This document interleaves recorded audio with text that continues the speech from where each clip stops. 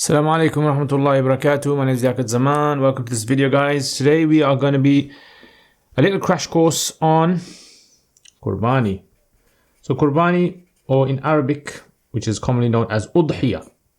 Udhiya, I think that's how you spell it in English. Udhiya. So I'm going to be giving you a breakdown about what is this all about. So first of all, what you need to understand is some dates now. So Udhiya actually throughout the year, the entire year, right? So for example, let's say you have Ramadan, and let's say this is the next year Ramadan.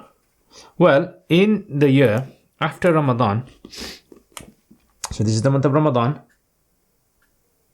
and then you have 1 month,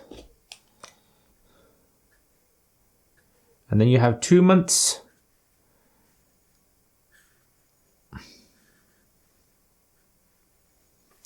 and then you have 3. It's the third month this is. Okay, so in this third month is known as Dhul Hijjah. Dhul Hijjah, this is where Hajj takes place. And Hajj, as you guys all know, Hajj is pilgrimage which people make in Mecca. People go around the Kaaba and they go around there 7 times, and then they go to the different places. And maybe inshallah I'll do a crash course on Hajj, exactly what happens in Hajj. But main thing you need to understand is the Hajj actually takes place in the first 10 days. So this from here, the first 10 days, that's when the Hajj takes place. In fact, it's more specific than that. If I give you some dates, right? So you have what is known as the 8th, the 9th, the 10th, 11, 12, and 13. Okay, so the days, this is the day of Hajj, the 10th. This year, it's actually going to be, this is 2020, it's going to be on the 31st of July. Right, so this will be the 30th, this will be the 29th, this will be the 1st of August, 2nd, and 3rd. Right, so this particular date, this is when Hajj takes place, the main sort of day of Hajj. And if you've ever heard of a day called Arafat, this is the day of Arafah, the 9th. This is a day in which all the Hajis, they go to a place called Arafah, they make du'as there, and it's recommended for us non-Hajis to fast on this day. So fasting on the day of Arafah is extremely rewarding, lots and lots of reward. You know, sins, years, past year, previous year, coming year, sins are forgiven if you fast on that day. So going back to this Qurbani, then Qurbani, what happens is it occurs on the 10th day. So on this day, you're going to have Qurbani taking place. And this is, like we said, this is where you actually have a choice of, 3 days to perform your Qurbani. Right, so these are 3 days. You can do your Qurbani over 3 days at home. Right, so it's on the 10th, what we call Big Eid. Right, this is the Big Eid. And then you have the 2 days after that. So you've got 3 days altogether that this action is done on. Now, the time that you do the Qurbani is basically slaughtering an animal. So there's 4 types of animals usually that scholars mention. I'm going to do some dodgy drawings over here. All right, so bear with me. Supposed to be horns there. Okay, it's supposed to be. So, right, so this is a sheep. This is a goat. This is supposed to be a cow, and this is supposed to be a camel. All right. So what you basically do is you have to slaughter a sheep that is at least plus 6 months old. Right. A goat which is plus 1 year old. A cow that's at least 2 years old. And a camel that's at least 5 years old. Okay, so 6, 1, 2, 5. You can remember those numbers. So these are the ages of the animals that you're going to be slaughtering. All right. So what you can do is each person who has to slaughter an animal can either give one of these, one sheep, or slaughter one goat, or you can actually slaughter 1/7 of a cow or 1/7 of a camel. Yeah, so you share with six other people and you all chip in, and you can do that. So this is what you slaughter. And when do you slaughter it? You slaughter it on the 10th. So this is the 10th day. So on the 10th, you have to slaughter it after the Eid prayer, right? So let me show you how that works then. So imagine, for example, this is, let's do it here. Right, so this is, for instance, Fajr, and this is Dhuhr, and this is Asr, Maghrib, and so forth, right? So Eid prayer, it usually occurs after sunrise. So the sun rises. So the Eid prayer occurs about here. You can pray anytime over here. So the Imam will, gather the people and they'll all go for Eid Salat. Right? So after the Eid prayer, any time after the Eid prayer is done, you can slaughter. And you've actually got 3 days to slaughter. So you can slaughter on the 10th, the 11th, or the 12th. You've got 3 days to do the slaughtering. Right? So you can do it any time, but as long as you do it after the Eid Salat has been performed. Okay? And the slaughtering, you can do the slaughtering yourself. So you got a choice. Either you slaughter, or you can get someone else.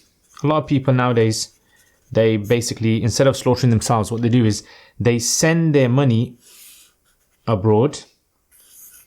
All right, so it's supposed to be the map of the world. I don't know which universe is the map of the world, but so some people send their money to Yemen, some people send their money to Syria, some people send their money to Africa, Pakistan, India, Bangladesh, all different countries. Only thing I would say is make sure that the slaughtering that occurs abroad occurs when it's your Eid, or at least after your Eid. So if you're going to do your Eid, let's say on the 31st, so make sure the slaughtering is done on the 31st after after you've prayed, right? Just to be on the safe side, get it done on the second day. Yeah, second day, just to be on the safe side, because you have differences of when Eid occurs around the world. So you don't want your slaughtering to be done beforehand. Okay, anyway, so this is what exactly happens on that day. When you have the meat, right? So when you receive your meat, let's say you do it yourself. So if you sent it abroad, you're not going to get any meat, right? End of story. But if you're going to slaughter it yourself, then what you basically do is you're going to divide the meat into 3 parts. Now you can do this, it's not necessary, but ideally you should divide into 3 parts. You keep one for yourself, for you, and you give one as a gift to people, right? So to others, your relatives or friends, etc., and 1/3 to the poor. Right? Now you don't have to do this, but it's recommended for a person to actually distribute the meat like this. Now, one of the things that a lot of people tend to ask is, how do I know that I have to give Qurbani? Like what's the sort of criteria for me to give my Qurbani? So the criteria basically is very, very, very simple. So imagine this is you, yeah, whether you're male or whether you are female, right? You need to be an adult, number 1. So if you're not an adult, then you do not have to give Qurbani. Number 2 is you have to be sane. So if you are a person is unwell mentally and they don't understand what's happening, they don't have to give. So you have to be considered to be sane. And number 3 is you have to possess the threshold, or we call the nisab. So basically what it means is that on that day, if you remember when I said to you on the Fajr day over here, right, over here on the Fajr day. So at this time, you need to possess the threshold. Yeah, so we call threshold. You need to have it at that time. Right, what is the threshold? The same threshold that you need for Sadaqatul Fitr. If you haven't watched my video crash course on Sadaqatul Fitr, check that out. I've explained it over there. But it's basically besides your needs, any wealth that you have that is in excess of 600 and about 613 grams of silver, which roughly works out to be nowadays is, I mean, you can check it out, but it's roughly about £250 in the UK.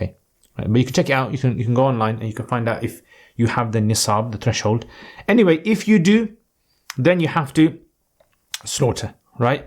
Ideally, you kind of technically know beforehand, before the dates, you kind of know if you've got the wealth, right? So you can send it off online, or you can, purchase an animal yourself and, you kind of slaughter the animal. So this is basically what happens, right? So this is considered to be the person who is eligible to give. Now, frequently asked questions, right? Frequently asked questions that people ask. The first thing is, can I cut my nails? Cut nails. So if you have to slaughter an animal, can you cut your nails? Yes, you can cut your nails, but it's preferred not to. Yes, however, it's considered to be mustahab, meaning prefer, to not to. All right, so in these days, so when do you start off? You actually start off from the first of the month of Dhul Hijjah. So when the moon is sighted, right, on the first, all the way up to the 10th, all this 1, 2, 3, 4, 5, all the way up to 10, right? You should stay away from cutting your nails, your hair, anything like that.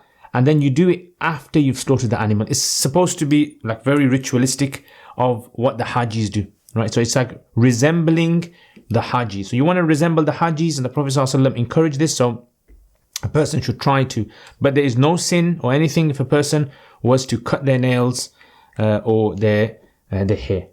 Right, that's the first question. Number 2, second question is, this is a strange one. Can I keep the skin? Right, can skin be kept? So actually, animal skin, you can make into leather if you didn't know that. Yes, you can keep it, but you can't sell it.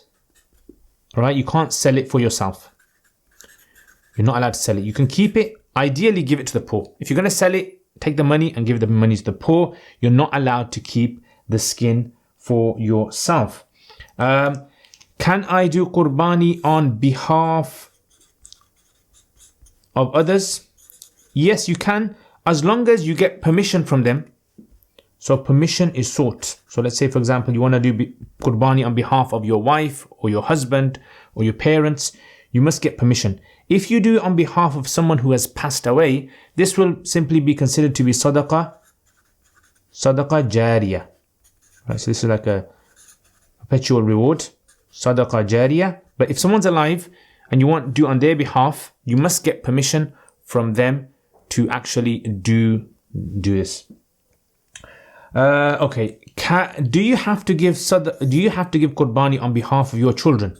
No. Right? No. According to the Hanafi school, you do not. No. Right? You do not have to give on behalf of your children. Okay. So this is basically to do with the general sort of like questions and sort of breakdown of the idea of Qurbani. However, where does this actually come from? So this comes from the practice of the Prophet Ibrahim alayhi salam. Practice of Ibrahim alayhi salam. And the main thing that we learn from all of this is the importance of sacrifice and being selfless. Yeah, sacrifice. Ibrahim alayhi salam, he sacrificed his comforts of his home, and he even was in the process of giving up his child for the sake of Allah. But Allah subhanahu wa ta'ala said no, slaughter an animal, and that animal that is slaughtered is considered to be a representative of Ibrahim alayhi salam sacrifice. the scholars say, and it's the selflessness. You're helping other people, your community, you're feeding them, and this is a very, very noble thing that we do. So I hope that answers any of your questions. If you do have anything else that you want to ask, you can put it in the comments, inshallah ta'ala. And jazakumullah khair. And I will see you guys next time. If you haven't subscribed to my channel, check out my channel. I make lots and lots of videos similar to this and help lots of people learning the Arabic language and learning other Islamic topics as well.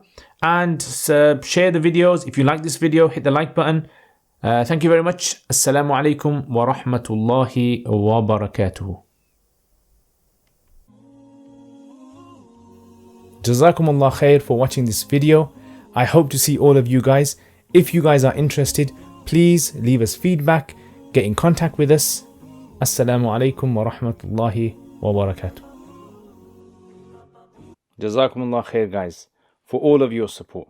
Without your support, I wouldn't have been able to produce the videos that I've put up on my YouTube channel. And there is so much more that I really want to do. And without the support of you guys who are patrons, generously supporting this channel, I've been able to get myself a camera, which, as you guys can see, the quality of this camera, a mic system, software. I've been able to hire an editor. So what do I want to do? I want to make lots and lots and lots of more videos for beginners, for intermediate, advanced, in the subjects like Arabic and fiqh and hadith and tafsir and aqidah and all those other things as well. And for this to happen, again, this channel needs support. So if you guys want to become patrons and support this channel, then check out the link below. Also, if you do become patrons, you'll have access to videos that I don't put up on my normal YouTube channel. So check that out, inshallah. And there's most other perks as well that you guys can benefit from. And if you want to access this channel through social media, we've got Twitter, we've got Instagram, Facebook page, and other things as well that you can visit. So jazakumullah khair again, guys. Thank you very much for your support. Assalamu alaikum wa rahmatullahi wa barakatuh.